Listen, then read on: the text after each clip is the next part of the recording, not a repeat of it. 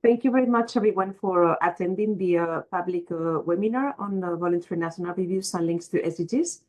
This is a public event, so we will be welcoming everyone who's registered. We have many people online, and we have also many people who will be joining maybe in a few minutes. So I will explain you briefly how this is going to run. So we're recording this session for those who cannot make it. And then I will be introducing the two blocks. So there are like two parts of the session. The first part is going to be one part where our director is going to present the some guidelines on the SDGs report that we are producing, CMR jointly with Platforma. Then we will move on to the presentations of 3 case studies from member states who are presenting Voluntary National Review at the high-level political forum this year, and also how the national associations have been involved in this process. So this will be specifically the cases of Malta, Germany, and Finland. And then we will have some time for questions and answers. And then we will move to another block, which is on specific SDGs, because as you know, at every HLPF, there are some SDGs that are reviewed. And this year there are going to be 5, and we have selected 3 to be presented today. And it's SDG 3 on quality of life, 5 on gender equality, and 8 on decent jobs and work.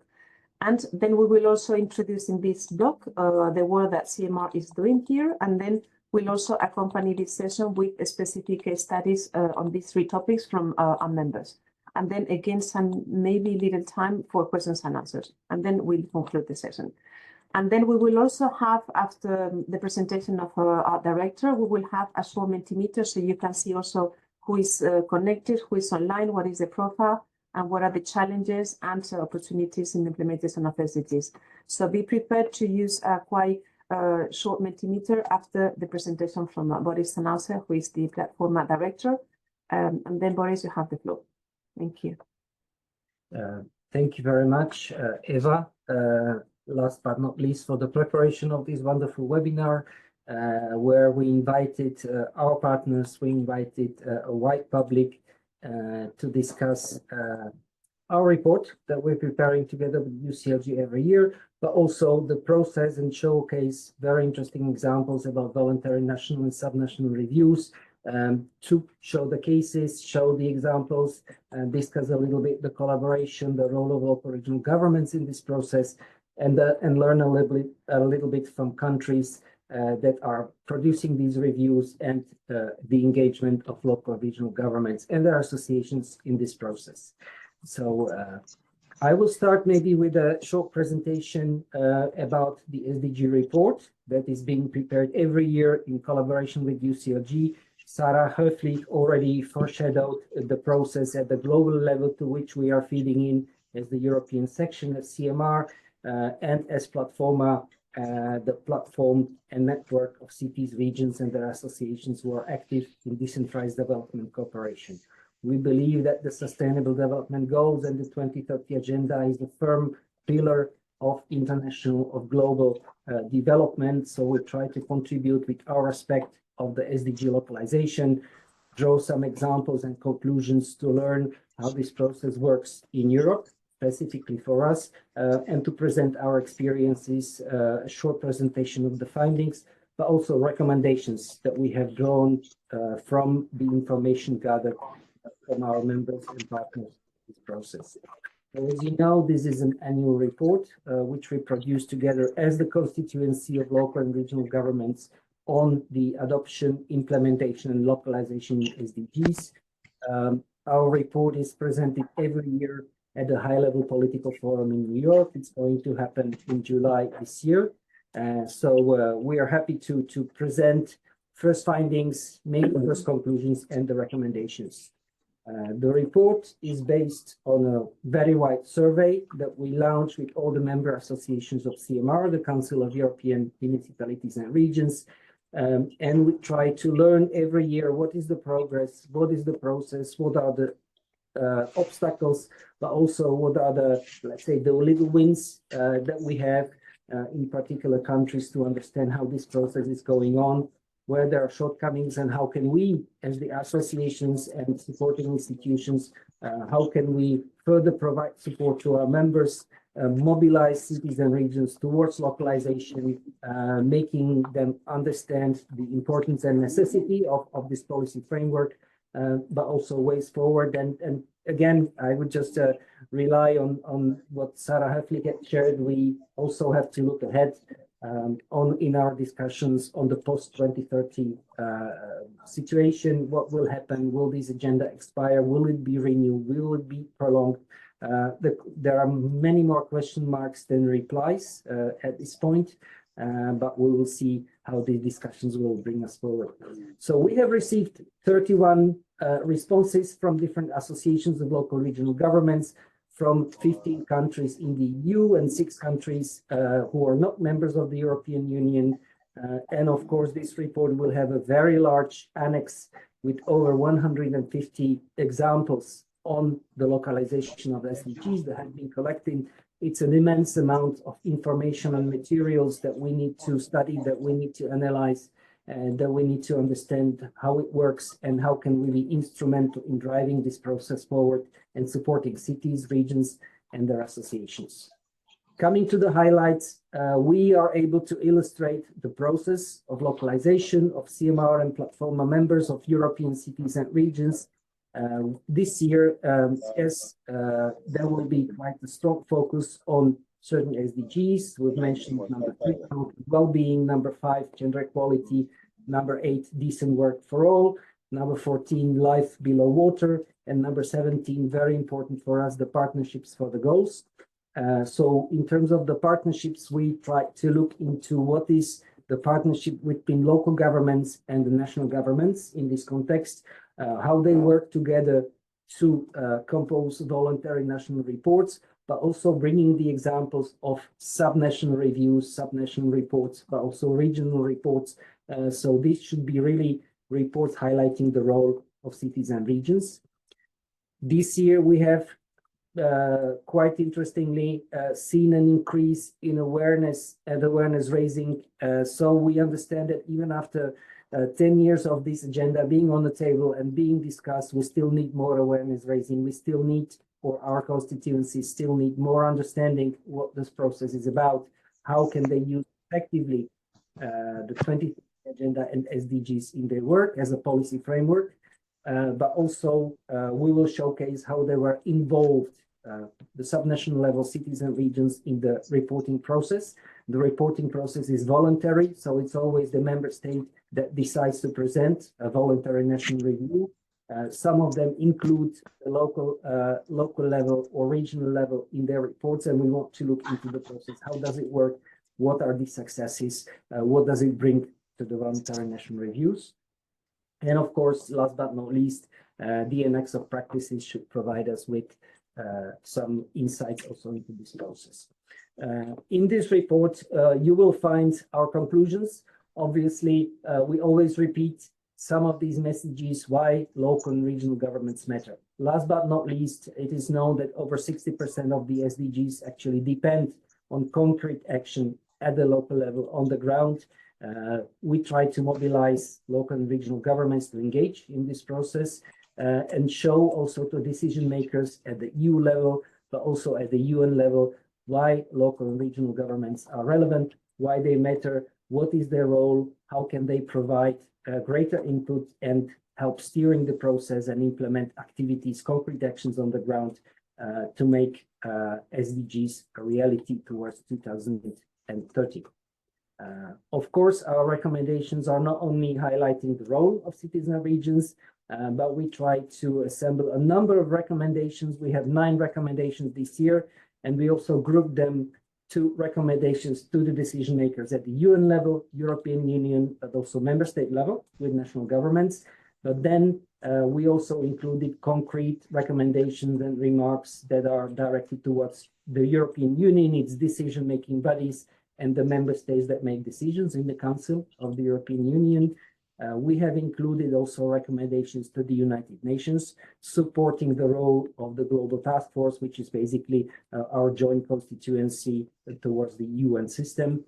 We have recommendations to the European Union, so that means working together with the Commission, with the members of the European Parliament, but also with the Council of the EU, to understand that local regional governments must be included, they must be in the driver's seat of these policies of development, and then specifically trying to support the policy dialogue and reporting at the national level, recommendations to member states to localize, to accelerate the localization, also including local and regional governments in the voluntary review process, because the reviews also provide very meaningful insight into processes that are going on in the localization.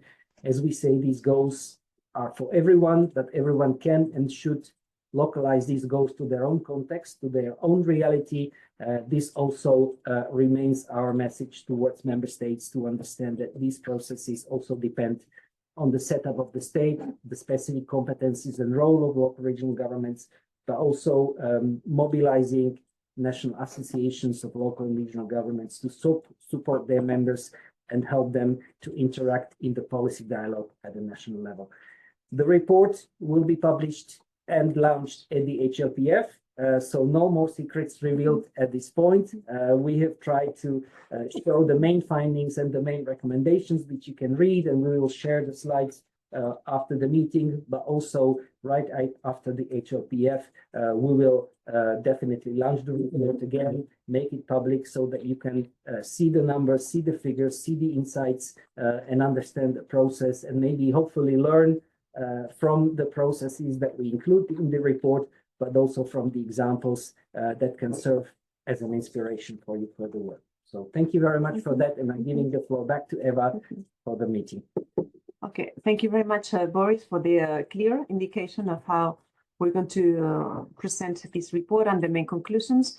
So now we're gonna give the floor to all of you, because we're gonna use the Mentimeter. So I'm gonna give the floor to Sarah Höflich from UCLG, and we're gonna ask quick questions. So you can all tell us where you're from, your profile, and then opportunities and challenges in implementation of SDGs. So I will give the floor to Sarah so she can ask the questions, and then Sarah will also put in the chat the code and also on the screen, the QR code. So go ahead, Sarah. Thank you very much. Thank you, Eva. And so you all have the code. So if you look at the right side and scroll in the chat, you can find the access and the code to the Mentimeter exercise. If you don't, you can also go to menti.com and just take your mobile or in your computer, and the number is 71894849. I see many of you are already joining, so that's fine. And here we see, of course, that many of you are from local regional governments, from several places from Europe, not only working in associations, but also in NGOs, universities. So this is very good. Please take another 2 minutes to put, or another minute to put your point before we go to the next slide.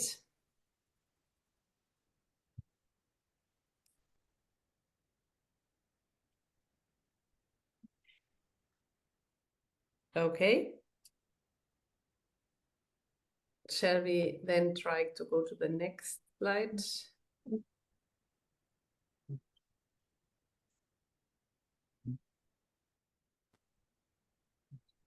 Okay, so these are the challenges, yes?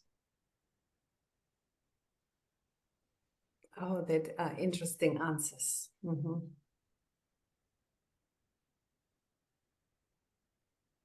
Yeah, of course. This is very interesting. And I think quite familiar when you see you can show impact, probably not only on the work of SDG, but generally the performance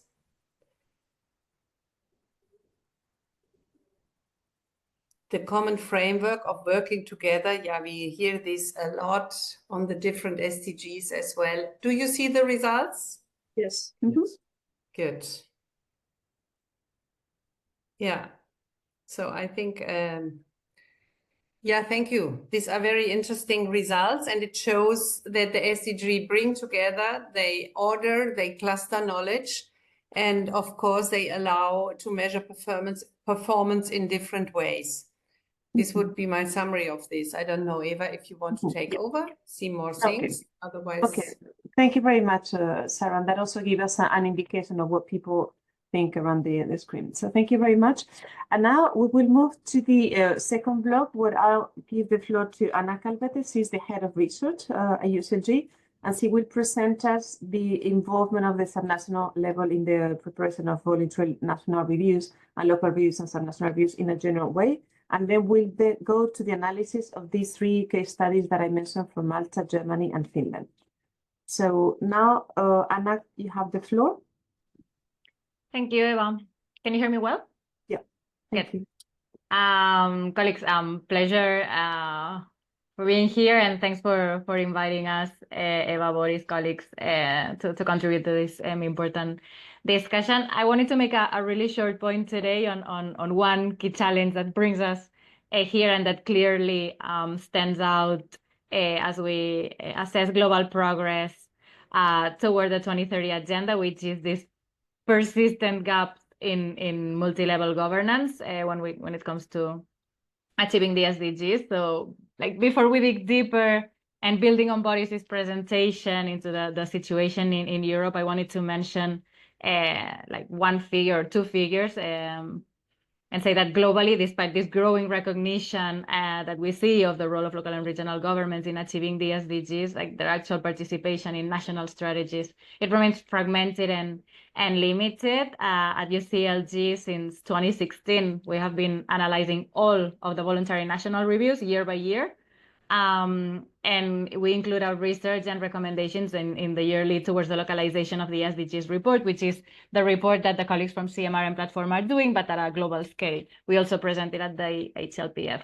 And what we have seen these years, and that you can see on the screen now, is like first that 50% of the countries, in 50% of the countries, local governments are not consulted at all by their national governments when they coordinate and implement their national SDG strategies, and that in only 41% of the voluntary national reviews today, local governments have kind of been meaningfully involved, which might mean like from participating in 1 or several national workshops to debate on the contents of the report, to attending bilateral meetings, presenting their own contributions to the report, or optimally being part of the reporting unit in charge of the VNR. So this has only happened in 41% of the VNRs. And this disconnect, it reflects a broader issue, which is the urgent need to reactivate and deepen the decentralization processes. In many contexts, decentralization remains either unevenly implemented or just symbolic. It leaves local governments without, we know the legal powers, the financial resources, or the institutional support needed to act effectively. And of course, without addressing this, national SDG strategies risk missing the transformative potential of local action, right? And this is exactly why this conversation today is so timely, and this is exactly why VLRs and VSRs, like the ones we're gonna hear about today, are so crucial as technical monitoring tools and exercises, but also as powerful political and advocacy instruments, right? The 350 VLRs, the 45 VSRs that exist today, they are a clear signal of the real commitment of local governments to localized, inclusive, and democratic development.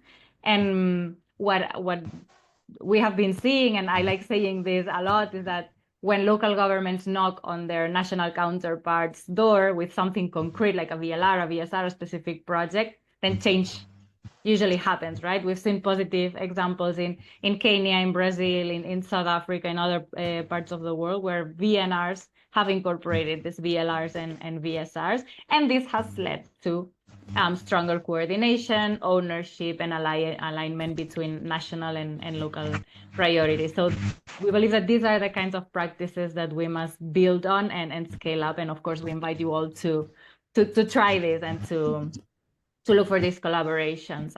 Yeah, to finalize, because I said that this was going to be short, at UCLG, and building on what Sarah said at the beginning, Boris, Eva, through the Global Task Force and our partners, of course, hand in hand with sections like CMR and Platforma, we will continue to advocate for these formalized and permanent spaces for multi-level coordination, and also for the recognition of VLRs and VSRs as essential components of SDG achievement. That's in short what I wanted to say. Just see you all in New York, hopefully, and thanks for the opportunity.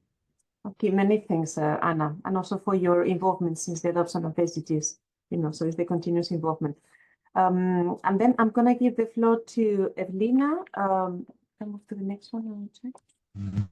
And Evelina is our colleague from the Finnish Association, and she's going to present us the work that she has done as country and how the association has been involved in the production of the VNRs. So you have the floor, Evelina. Thank you, Eva, and thank you, Boris and Anna Calvete, for your words. Good morning, afternoon, and evening from the sunny Finland for change, dear colleagues.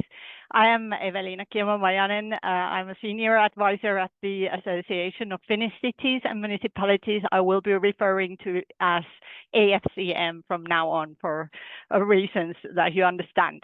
It's such a pleasure to discuss the role of Finnish cities and municipalities in drafting the Finnish Voluntary National Review this year.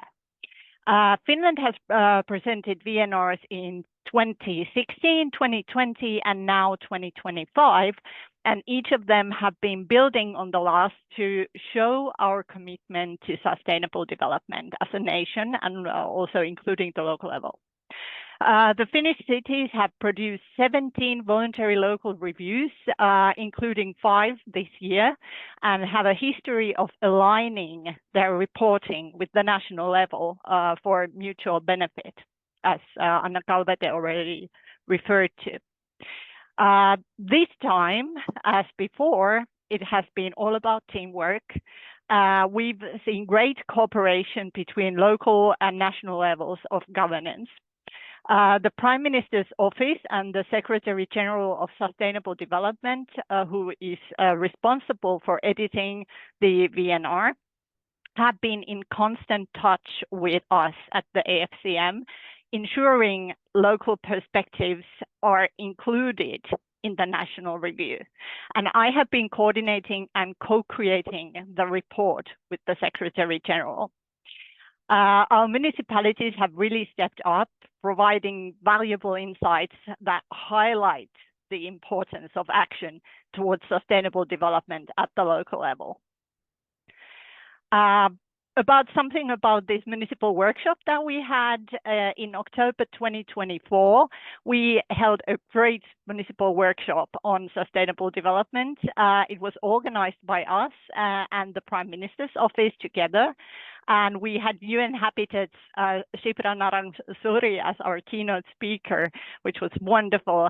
The insights and the data that was gathered there in this workshop were invaluable.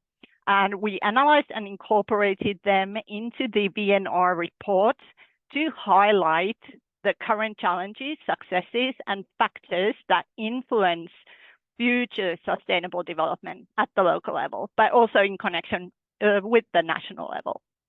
The active participation actually of our cities and municipalities, it shows their commitment to sustainable practices and also their importance, their influence on national policies.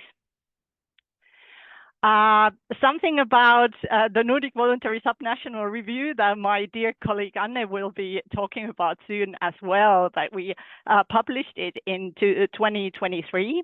And this analysis really enriches our VNR report as it provides a broader regional context.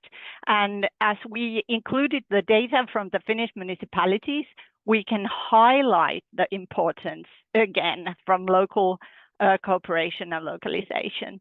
And this integration actually ensures that the VNR is comprehensive and reflective of the diverse efforts across Finland. A little bit about the SDG 4.6 network and how it has a part to play in all this.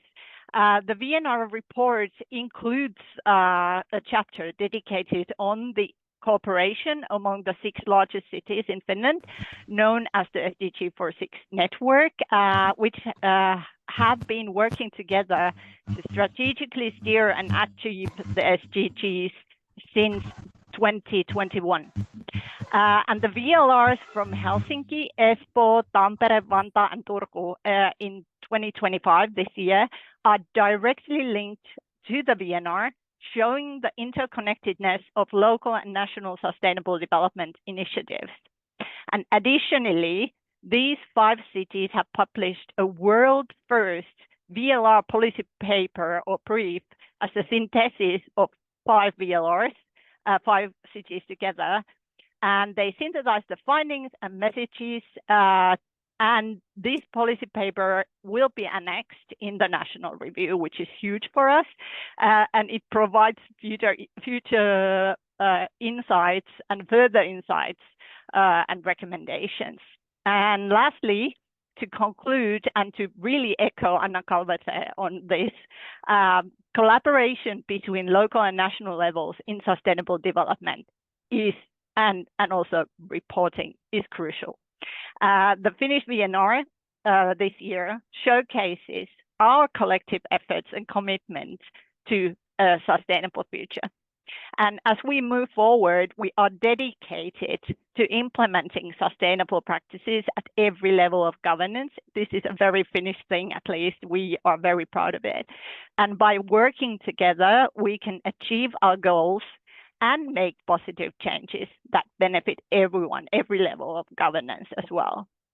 So I'd like to thank you for your attention. It was really fast. I'm sorry I had only 5 minutes, but I look forward to our continued collaboration, all of us wonderful colleagues together. And I'll add links to our website, the reports and the policy brief mentioned earlier in the chat. And also this QR code will take you to our network's website, I believe. Okay, thank you so much. Many thanks, Evelina, and also for the preparation and also for this involvement on your side, in the production of the VNR. So now I'm going to give the floor to Lara Müller from Germany, as she's from the German Association of Towns and Municipalities, and she's head of the urban development section, and she's going to also present the case study from Germany. Germany, as I mentioned, is presenting another VNR. It's going to be the 3rd one, and she's going to tell us also how the association level has been involved in the production of it. So, Lara, you have the floor, please. Thank you very much, Eva. For 5 minutes, 5 minutes as well, maximum. Okay. Oh, yeah. No, that's fine. I'm still very impressed by the Finnish case. So thank you very much. Eva introduced myself, so I will just start with the content. Germany will present the 3rd VNR this year.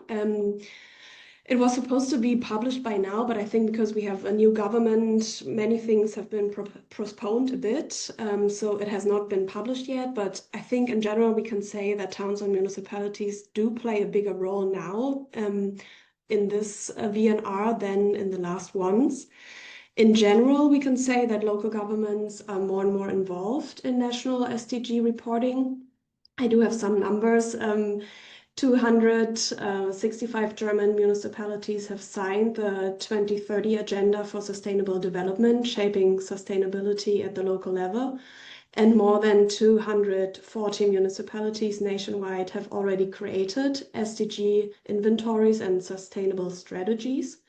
And around 100 municipalities have already published comprehensive sustainability reports. We have 18 municipalities that have already prepared voluntary local reviews, and not only big cities. This is important for me as I present the smaller cities in Germany, but also smaller towns with inhabitants below 50,000 people. But there are also more VLRs in the process right now. And also in October of last year, the so-called sustainability or sustainable municipality reporting framework was published, and already 30 municipalities have done that. Yeah, but also not just the municipalities itself, but also the municipal umbrella organizations are strengthening the cooperation with UN bodies and also networks like the Club of 2030 Municipalities or Connective Cities. Okay, but now I will come to the German VNR 2025. Unfortunately, I do not really know what it looks like, but as I said, the implementation and challenges on the local level do play a bigger role now than in the previous VNRs. The federal ministry in charge started or held a dialogue forum in November of last year, and local governments were consulted. 2 of the approximately 30 pages of the report are explicitly dedicated to the developments and challenges in cities and districts and municipalities. Just to compare, the first VNR in 2016 had no page like specifically dedicated to municipalities, and the last one had 1 page, but it was a way bigger report, not only 30 pages. So we do have a quite new process in this VNR, because in order to support the process of creating those 2 pages, but also to just to like support this, the perspectives, or to support the perspectives of local governments and its visibility, a handful of cities, Bonn, Hamburg, Mannheim, and Stuttgart, have initiated the creation of a voluntary local government review for the first time in Germany. And this actually took place at a Connective City meeting in Berlin in December of last year, where also municipal umbrella organizations were present and could be involved from the start. And the aim of this report was to present the diverse spectrum of sustainable activities in German local governments, and at the same time to provide a basis for the 2-page summary in the VNR, and ultimately to give the local level a strong coordinated voice in the national sustainability discourse. Yeah, the VLGR was prepared by the German Institute of Urban Affairs, the so-called DIFU, in cooperation with the SKW. And at the heart of this VLGR are 15 German municipalities that have already published their own voluntary local review. And each of them have 2 pages on which they describe their progress, their challenges, and approaches. These profiles provide a concise overview of the progress, and we hope that by creating this, that we can just reinforce the or make their voice bigger. And we also the VLGR is now being translated into English to just have a greater visibility and a bigger possible impact. So in general, just to conclude, we think it's a positive development that now we have 2 pages in the VNR, and but I think compared to the Finnish case, it's less than that. And also, if you consider that 2/3 of the SDGs can only be implemented by or with the help or with the involvement of towns and municipalities, 2 out of 3 pages we don't think is enough yet. But thank you. If you have any questions, or I think we go on with the Malta case. Yeah, we're gonna go with the Malta case, but I think that is a start. Even if I don't think we can compare. We should not compare the involvement of the associations, because every country is different and the involvement is different. But I think that what is important is that you've been involved to some extent, and that that will also improve in the coming years. So, and this exercise is also of inspiration to those other associations who might wish to be involved with the national governments in producing the VNR. So we're just giving some flavors on what members can do. And again, every situation is different. Okay, so many thanks, Lara. And now I'm going to give the floor to Malta. So we have the Executive Secretary of the region of Tramontano, Bjorn Bonello, and you also have 5 minutes maximum. And then he will be also using the slides, and my colleague Haya will be moving them. Okay. No. So Bjorn, you have the floor. For 5 So I promised Eva it will be 5 minutes, so I'll go through it very, very fast. So at the national level, first of all, thank you for the opportunity and good afternoon. For those who are not very familiar with Malta, it's a tiny island with 6 regions and 500,000 people and more than 3 million tourists annually. So you can imagine that we're a bit sort of dense here. At the national level, the VNR is coordinated by the Ministry of Environment, Energy and Public Cleanliness. There's a technical group which involves all the ministries and the National Statistics Office. And we concentrated on things that sort of for us are more relevant, such as climate action, renewable energy, and social inclusion. At a local level, we have been involved through seminars, questionnaires, etc. But we thought, given that we are participating as a region in a number of EU projects, we thought that we have to cut a space for ourselves and let our work speak for us, because that's the only way we will attract attention by the big government agencies to include us in their plans. Otherwise, waiting for them to involve us is tricky. Next slide, please. We'll go through these slides. We have actually, as I said, tried to not get discouraged by the Herculean task in front of us. Malta is only 27 kilometers across and 15 kilometers wide. So many are skeptic about the impact of Malta and SDGs. However, Malta has a very long-standing conviction about this. Next slide, please. Because back in 1992, as we will see, just go through the slides, don't worry.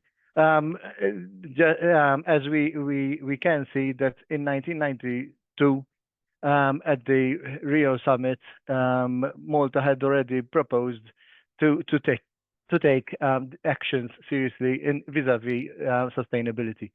So what is happening in the present day? We've seen that there is lack of ambition, sometimes inadequate financing measures, insufficient progress on key issues, limited participation by key stakeholders, too much of a focus, unfortunately, on economic growth, and sometimes weak political will. We didn't get discouraged by this, although we're a very small team. We tried to read through lots of documents, emails, and stuff. It tried to reach out to a lot of ministries who are the custodian of a lot of data. We found that some agencies compete with each other and are more interested sometimes to go first on social media and boast about their achievements. We didn't get discouraged, and we sort of tried to have a new approach. In Malta we have this saying that literally says that from a handkerchief you can't sort of make a jacket and the trousers.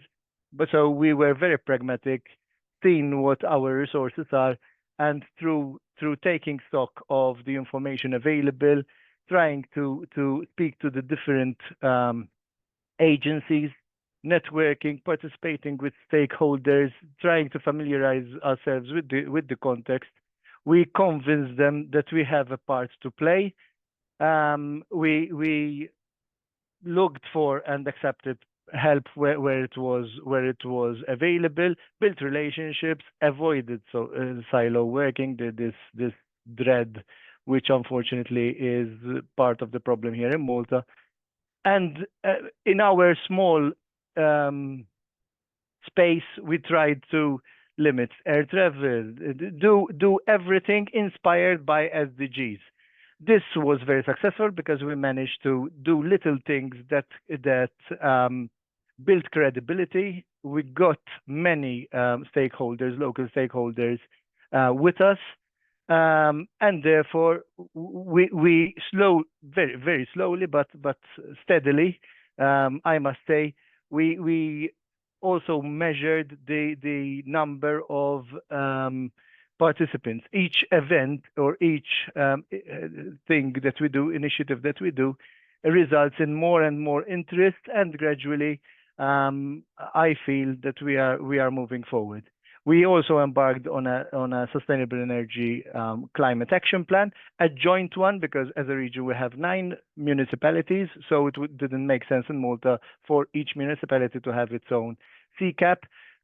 We identify EU funding opportunities. We try to do green procurement wherever we can, and this has attracted the attention of also national agencies. So just to conclude, although we were marginally at the beginning, marginally included, we are doing all these little actions to cut a space for ourselves. And I think this proverb, to conclude, is in a nutshell what sustainable development goals are. We are trying to do little things, sowing the seed of trees that we know will probably grow and let our children enjoy the resources and the good things we are about now. Thank you very much.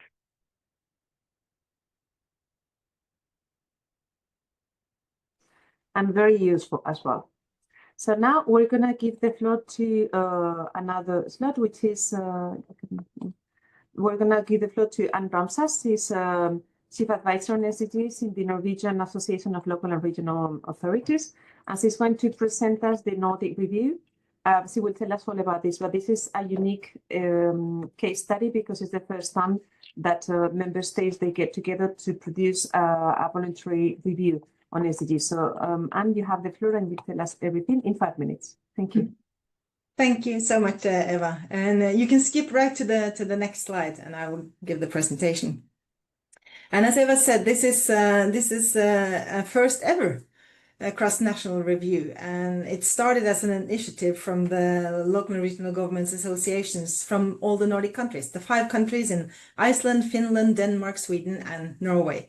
And we all done the VNRs and contributed to the national VNRs. So we wanted to do something together to showcase how the subnational levels are working in the Nordics. And we wanted to see what kind of action actually takes place, and also showcase the vital role of the local level in reaching the SDGs. And we also wanted to use this VSR as a platform to give a voice to youth organizations and civil society. And in this Nordic report, you see that we have given them a free space to give their voice as what is needed from the municipalities and the cities and the regions in order to include youth and include civil society in a broader sense than what you're doing today. And we also wanted to use this review to share the Nordic learnings, because we are quite similar countries, and we thought that maybe if we do this together, we could show what we do of things that are similar, but also what differentiates us, because there's a lot of local differences across our Nordic countries. And we also wanted to do this review to show that the local action is needed. And we wanted to showcase how much action actually takes place and what kind of collaboration takes place locally to spur and motivate more actions locally across the world. And this review was funded by the Nordic national governments through the Nordic Council of Ministers. And we used the funding to work together with Norregio, which is a research institute, and they facilitated the survey and the whole process together with us as the Nordic local and regional governments associations. You can take the next slide.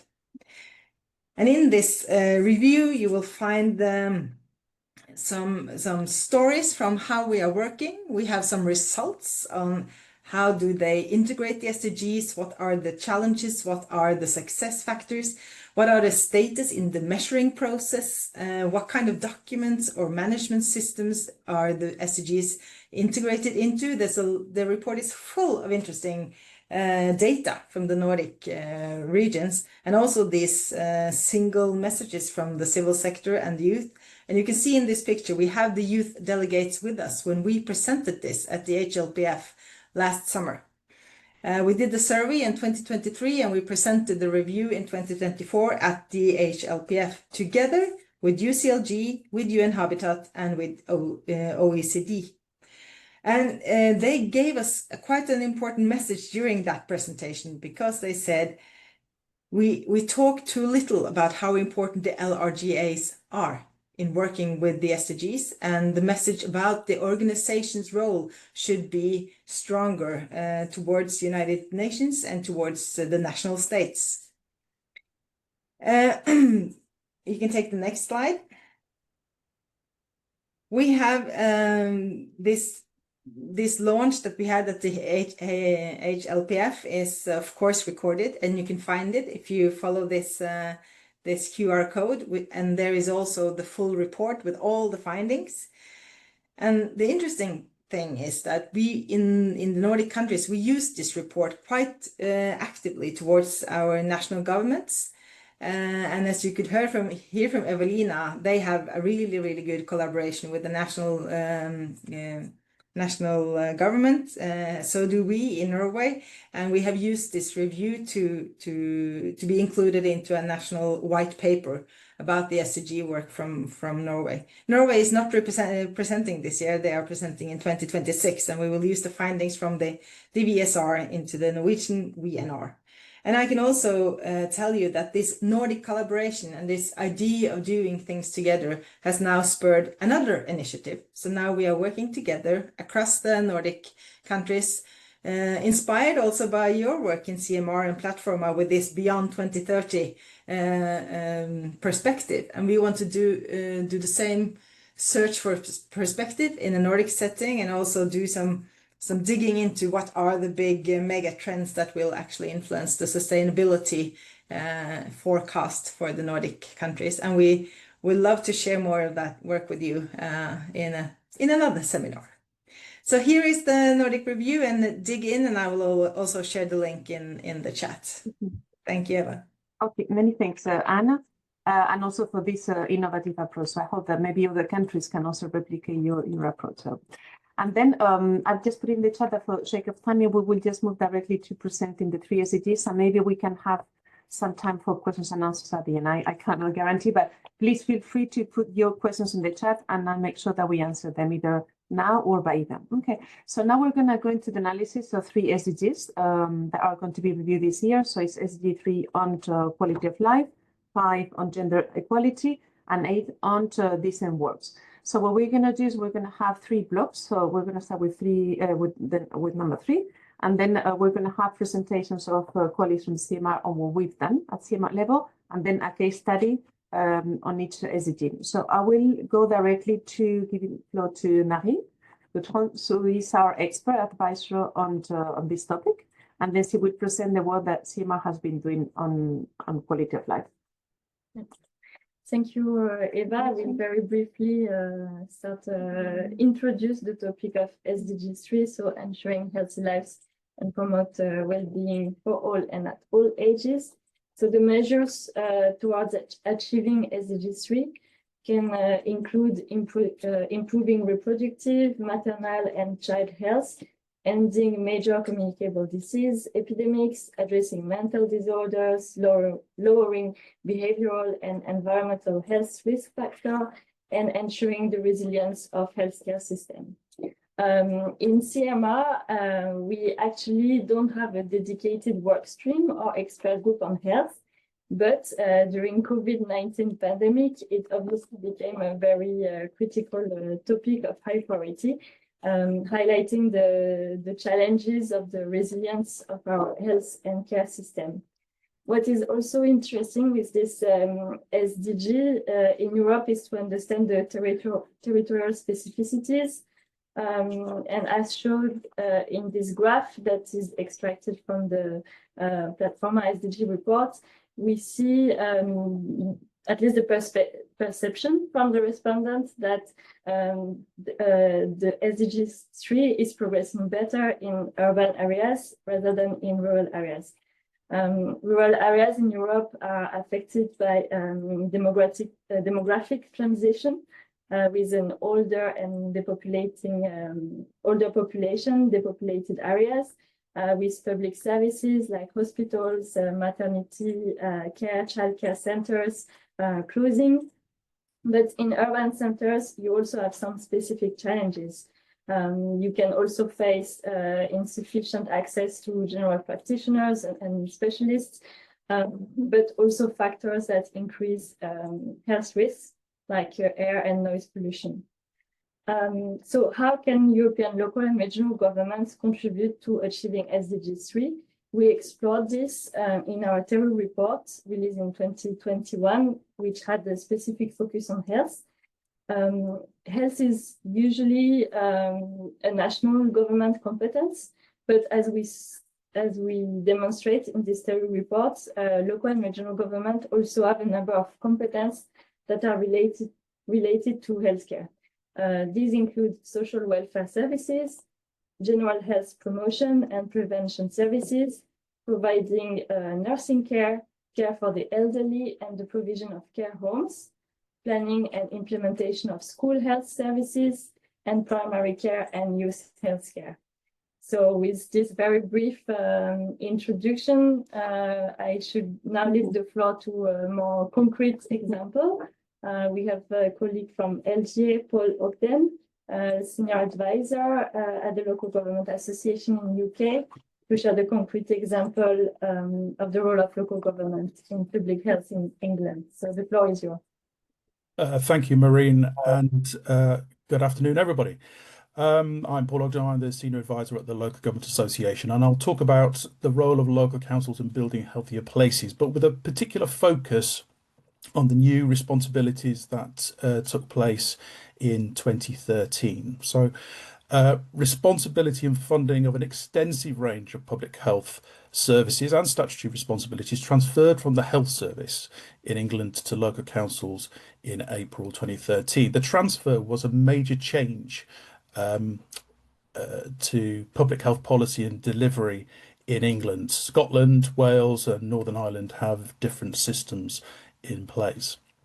But it was one of the most significant extensions of powers to local government that we'd seen in any particular time, especially for many decades. We've often seen powers drawn up from local government to national government, but this was truly devolutionary. Councils were absolutely determined back in 2013 that this would not be a drag and drop exercise, but rather an opportunity to build a new locally led 21st century public health service. Of course, councils had responsibility for health and well-being. It's not new. Local authorities had responsibility for various public health acts during the 19th and 20th century. But this was a new opportunity to really take advantage of local authorities' place-shaping role. As you know, to develop a healthy society, we need all the building blocks in place. That's employment, that's housing, that's education and environment. And the rationale for the transfer was that these were best placed in local authorities, and the role to create and the opportunity to create healthy places sat with local government. In England, next year, local authorities will receive a public health grant, which is ring-fenced to the tune of £3.9 billion. That's equivalent to 4.6 billion euros. The largest area of spend within that public health grant is aimed at 0 to 19-year-olds, which is around a third of that £3.9 billion budget. Sexual and reproductive health, drug and alcohol treatment, stop smoking services, weight management services, and health protection are all key budget areas. The work of councils aligns closely with the SDG goals, particularly obviously goal 3, good health and well-being, but also it links to no poverty, goal 2, which is zero hunger, and goal 5, gender equality. Councils have adopted a life course approach to their work since 2013, starting from preconception, continuing to early years, adulthood, older age, and even end-of-life care. They're focusing on prevention, early identification, and also effective care and support. A particular focus for local authorities is supporting the first 1,000 days of a child's life. As we know, they are the key periods which will set you up for good health in the future. What we're also seeing is councils have adopted a health in all policies approach to their work. And a health in all policies approach systematically and explicitly takes the account of health implications in all of the decisions that they make. So what we're seeing is public health teams working with colleagues in the planning departments to manage the clustering of things like hot food takeaways to tackle obesity. We're seeing councils limit the restrictions on advertising of junk food, alcohol, vaping products, gambling products on council-owned bus stops and billboards, and also at events. We're also seeing a health in all policies approach across transport and urban planning. There is a much deeper understanding in what the building blocks are. They're working in connection with colleagues in economic development, but also in employment, to tackle things like those who are not economically inactive as a result of physical or mental health. So since the reforms of 2013, councils have become public health councils. They are recognising that many of the important influences that impact on people's lives and their health are complex, deeply rooted, and require a focus over the medium to long term. And as always, the LGA is happy to share some of those local examples and case studies with you, as well as create a narrative of what has been happening since 2013. Thank you. Many thanks, Paul. I'm very clear. So now we move on to SDG 5. So again, we'll have a colleague from our office, Annalise Cossen, presenting the work we've done in this matter, and then one case study from Fons Mallorquí. So Annalise, you have the floor, and then Vanessa. Great. Thank you so much, Eva, and good afternoon and good morning, everyone, depending on where you're joining us from today. I'm very excited to be able to share some insights that we're doing, also based on the report, and then, as Eva mentioned, giving a specific spotlight on SDG 5, which, as most of you will probably know, is achieving gender equality and empowering all women and girls. As you know, this year is also a very important year. It's the 30 years of the Beijing Platform and the Beijing Action Plan Declaration, and it called for bold and local, action at all levels for gender equality, and it has never been more urgent, as we saw also from the political declaration. And at a local level, there's still a lot that we can be done, and this is also something that we're doing with our colleagues at Platforma and the colleagues at CMR on this topic. And it just shows that equality needs to be built at the local level through public spaces that feel safe, services that meet the real needs of the individuals, as well as the institutions that reflect all voices that are represented in society. And as the report has also shown, we brought our most recent Women in Politics study out, which focused on one of the significant barriers remaining in this SDG 5 in terms of representation of women in leadership positions. For example, 41% of elected women in Europe still suffer or have reported psychological attacks based on their personal appearance and status, and we're seeing more and more young women getting also, harassed and threatened on online platforms and receiving a lot of online hate, which means that they will not go into politics or even enter the political sphere, public sphere, because of this.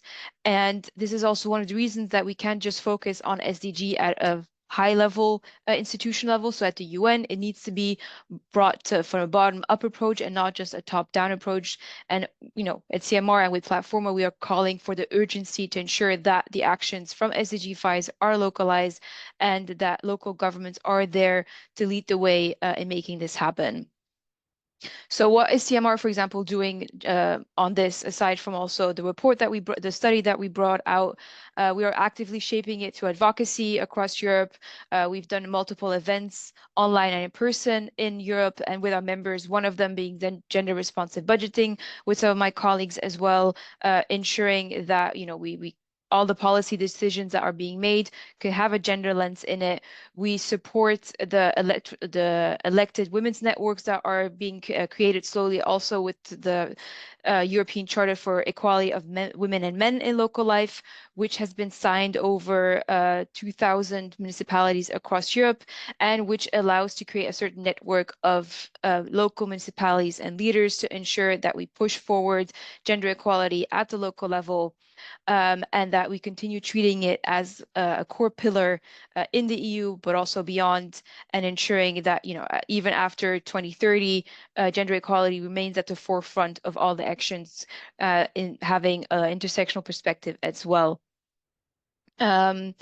So I know that the report has mentioned also a lot of the great initiatives, so I'm not going to go into them too much. As Eva also mentioned, we will have a small presentation of a case study from one of our Platforma members. So I will also just, leave the floor with this, call to action a little bit, is that, gender equality, and this is also something that the report has shown as well, is that there is hope and there's a lot of optimism that can be seen, especially from the local level, from across Europe. Local and regional governments are showing that progress on gender equality is possible, it can be done, and it is happening in very small and big waves. And with that, I will leave the floor to Vanessa, who will be presenting her case study from Mallorca, Spain. Vanessa, you have the floor. Okay, thank you very much, Annelies, and thank you to Platforma and Eva for inviting us. So I will present Les Elegides, which is a program to promote women's participation in local politics. And before to present our program, I would like to underline that we are an association of local authorities, and we work on decentralized cooperation. And from our point of view, decentralized cooperation is an excellent opportunity to engage local authorities and citizens in SDGs. So for us, it has been a very good framework to involve them. So Les Elegides, as I said, is a program to visualize and to promote women participation in local politics. We started in 2022. Because we wanted to implement a transformative approach to our gender projects, but questioning the power relationships and how they are linked to inequalities. And to reduce inequalities and this power relationship, we have to increase women participation in local politics. We develop a small research between our members here in Mallorca and also in Bolivia, in Peru. And we realized that maybe the figures were slightly different in Bolivia or in Spain. For example, in Spain, in 2023, 39% of local elected women were women. And for example, in Bolivia, they were almost 50%.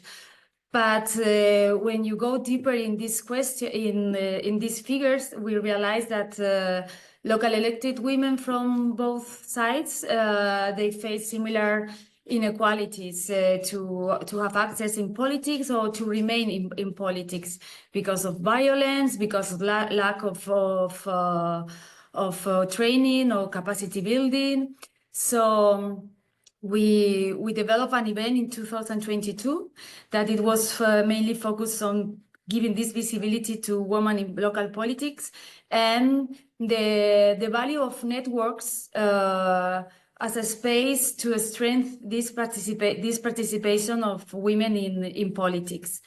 So we started working, and then we set up several objectives. One of them, it was to improve the public debate, to work on local politics under gender perspective, and to strengthen their capacities, and to strengthen the exchange between local elected women from the Global South and from Mallorca. And we wanted to contribute to SDG 5 mainly, the goal 5.5, SDGs 10, and SDG 16. And our agenda, it was to work mainly leadership, training through the development of capacities, and political exchange. We work mainly nowadays with the Association of Local Elected Women in Bolivia and Peru, and we're starting to do something in Lebanon and Tunisia. The situation in Tunisia is not really good for that, but we're trying to do our best. And in Bolivia, we work with our partner, who is ACOBOL. And we have developed 5 training together with ACOBOL, and more than 100 women have participated in this training. And we have participated also in an international meeting in Bolivia, where more than 100 women from 10 different countries were also doing these exchanges. And we have created a website with online resources and learning videos about leadership, about when you want to present your candidature for running for elections, like basic concept about gender, and what else. And we are preparing our second international meeting. It will be on November for this of 2025. And this year it will be about women in power, what it means to be a woman in power, and why women, we don't remain in politics. So we will invite academical experts, and also local elected women from different countries, from the Global South and also from Europe. So if you want to come, you are all welcome, and we will share the results with Platforma. Thank you very much. Thank you very much, Vanessa. And also congratulations for winning an award, a Platform Awards, a month ago, basically. So now we're going to move on to SDG 8 on decent work conditions. So I'm going to give the floor again to one CMR colleague, my colleague Hamza, and then we will give the floor for a practical case study from the city of Rosa in Luxembourg. And the member is Civico. He's also a member of CMR. So Hamza, you have the floor for 5 minutes. Yes. 4.5. Very quickly. 4.5. Thank you, Eva. So yeah, I'll go straight in. The SDG 8 is particularly relevant to local region governments, especially in the context of the current staff and skill shortages, the growing mismatching, workforce capabilities, and the emerging market demands. So across Europe, energies or local region governments, play an important role in overcoming these challenges, particularly by promoting inclusive employment, facilitating lifelong learning, and supporting their authorities and workers of all ages as they navigate the transitions, whether they are digital, green, or even demographic. So at CMR, we reflect and support this commitment throughout our work, especially on 2 key ongoing initiatives, the Union of Skills and the Quality Jobs Roadmap. And we do this in particular through our role as a social partner, representing public authorities as employers in European social dialogue on energies and social services. So I will go quickly over the Union of Skills and the Quality Jobs Roadmap. The Union of Skills is the European Commission's ambition to create a European ecosystem that better links the needs of local labor markets with vocational training, adult learning, and reskilling opportunities. So this is quite helpful as it can empower municipalities and regions as employers with adequate and better trained workers and training providers as well. So it also means recognizing the crucial role local region governments play in addressing local skill mismatches and integrating the youth and vulnerable groups into the workforce. On the Quality Jobs Roadmap, which sets out shared priorities for improving working conditions in our sectors, it reflects our shared belief that investing in local public services jobs is essential not only for delivering quality services, but also for ensuring decent employment opportunities at the local level. So this roadmap is expected to be published by the European Commission in the next few months, but we're already very much working on it. And the initiatives show how CMR and also our members can contribute to this SDG in a very tangible way by strengthening local capacities, driving social dialogue, and ensuring the attractivity of work at the local level at the service of citizens, with no one left behind in the future of work. So that being said, and conscious of time, I will leave the floor to Angelo for the presentation of the Youth and Work Program. Thank you very much. Hello, everybody. My name is Angelo Lorenzo, alderman of the municipality of Rösa. Before I introduce our partnership with our organization Youth and Work, let me give you a brief overview of the main characteristics of the municipality of Rösa. The municipality of Rösa is situated in the canton F of Esch-sur-Alzette. It covers an area of 2,379 hectares and consists of 7 localities. As of the 1st January 2025, the population stood at 7,040. Rösa is home to a highly diverse population, with 95 nationalities represented. Luxembourgers account for approximately 60% of the population, followed by French and Portuguese national 10% each, Italians 5%, Belgian 2%, Germans 1%, Romanians 1%, and 11% from other nationalities. Why this partnership between the municipality of Rösa and Youth and Work? We started on the 1st January 2024.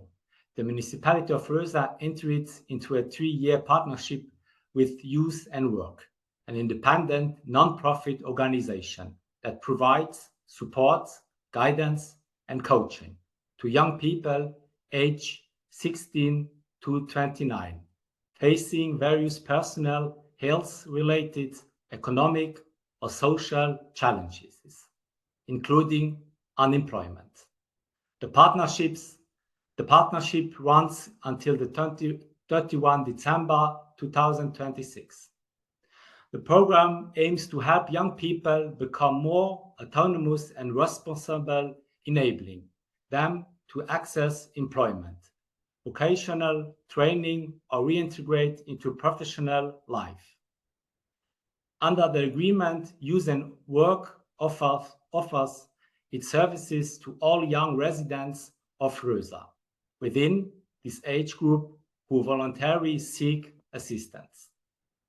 The municipality supports the program with annual funding of 2 euros per inhabitant and provides a dedicated office space on its territory for meetings between young people and Youth and Work advisors. The Youth and Work office operates by appointment or during planned coaching and mentoring sessions, as well as providing the premises free of charge. The municipality actively promotes the project. For example, flyers are available in the municipality and in the youth centers and are distributed at local events. Why this partnership? Youth unemployment in Luxembourg currently stands at 20%, and the municipality of Rösa is not exempt from this trend. Unemployment can impact any young person, regardless of background, due to academic struggles, family conflict, bullying, lack of direction, or self-confidence, health issues, and more. Once unemployed, young people often find themselves caught in a cycle no job without experience or a diploma, and no experience without a job. Many remain unemployed despite their motivation to work. This partnership with Youth and Work was launched to break that cycle. Through personalized coaching, young people can discover their strengths, evaluate their personal and professional potential, and identify tangible opportunities aligned with their goals. Even after long-term unemployment, employment or enrollment in training remains attainable. We believe that young people in good overall health, especially mental health, are better prepared to shape their future. The support provided by Youth and Work is holistic, relationship-based, and resource-oriented, resulting in a measurable progress both in the short and long term. To date, Youth and Work has supported over 3,200 young people across Luxembourg, working in close collaboration with businesses, institutions, and other actors in socio-professional integration. About the end of the support, the coaching process concludes when the young person achieves their goal, typically by signing an employment or training contract. To promote long-term stability, Youth and Work continues to provide follow-up support for an additional year after this milestone. Thank you very much. Okay, many thanks, Angela. Very clear and very challenging as well. So I think that all the presentations of both the work that CMR has done on Platforma on the topics and the case studies are very inspirational for the members. So I hope that you can reuse this material and also adopt new practices. And I've also read in the chat that the presentations can also be replicated in some of the countries. So I'm very happy to hear that. Now I'm a bit conscious about timing because I would have liked to give the floor to the audience for questions and answers, but I'm afraid that if we really want to finish on time, we won't be able to give you the floor. But as I say, just feel free to ask me the questions either in the chat or by email, and I'll make sure that I will respond to that. We also have an evaluation form. My colleague Hervé has put the link in the chat, and also you have the QR code there. And the interesting part of the evaluation form is not only that you can give us feedback on the format and the webinar, but also give us ideas for the next webinar that we would like to organize in the autumn. So that's why that's very important. So please take 2 minutes to fill that in. And then I will give the floor to my director, Boris Donoso, for the concluding remarks and the closing of the webinar. Thank you very much. Boris, you have the floor. Thank you very much, Eva. And finally, I think the conclusions from my side will start with big thanks. Of course, thank you very much to all the speakers that joined us and took the time to share their experience and provide us with a little bit of insight into their work, how they contribute to the Sustainable Development Goals. Many thanks to the teams that were behind the preparation of this webinar, of course, the Platforma and the CMR colleagues as well. Eva, Hervé, Marine, Hamza, thank you very much for joining us and sharing your work as well. So we have seen different examples. I would just maybe summarize them up into the importance of multi-level governance, the importance of policy dialogue, that we speak about the policies and share, but also policy coherence. You can see that we have different SDGs, but still we work and we still speak about development, and we still speak about the role of local regional governments in improving the life of their populations on the ground, providing public services to those who need them, but also to those who have difficult access, those who are disadvantaged in one way or another. We have seen or heard about examples of subnational reviews, local reviews, even transnational reviews in the Nordic case. My take-home message really from this part of the presentation was You don't have to be a large country as Germany. You can be Malta, but still you can contribute. You can still take this framework, make it your own, and work towards achievement of the development goals. So I think this is quite a very good inspiration, but also an example of partnerships. And we're the review, the goal 17, which will be reviewed, partnerships for the goals, really is the goal that shows how we as a partners with other actors can work together. I'm sure that you've been inspired as much as I was with the concrete examples from municipalities, from associations on what they do, how SDGs are nothing new, but they frame existing competence and actions of local regional governments. So the examples that we've seen, we hope you will be inspired. We hope they will accelerate implementation of the SDGs. And within the CMR and its impact communities, we will keep contributing to the general progress for local regional governments in Europe and beyond, to improve the conditions for local regional governments to exercise their mandate and to provide local public services within a defined policy framework. So much for the conclusions. I would just say for those who will travel and work hard, see you at the HLPF. There, together with the Global Task Force and our constituency under the leadership of UCLG, we'll present our work again. We will launch the CMR platform of publications. And last but not least, I'd recall what my colleague Eva already invited you. Please fill in our evaluation form so that we understand your needs, we understand your interests, and we can prepare for the autumn one more interesting webinar with captivating case studies and examples for learning, for inspiration, and the acceleration, because 2030 is within 5 years. So we have to work all together to achieve the goals. Thank you very much for your participation. So thank you very much, Boris. And without further ado, I conclude the meeting. We'll be sharing a short report and also the recording of the session in the next days, and also the PowerPoint presentation. So I hope that this can be of inspiration to all of you. So thank you very much, and then see you hopefully in the autumn.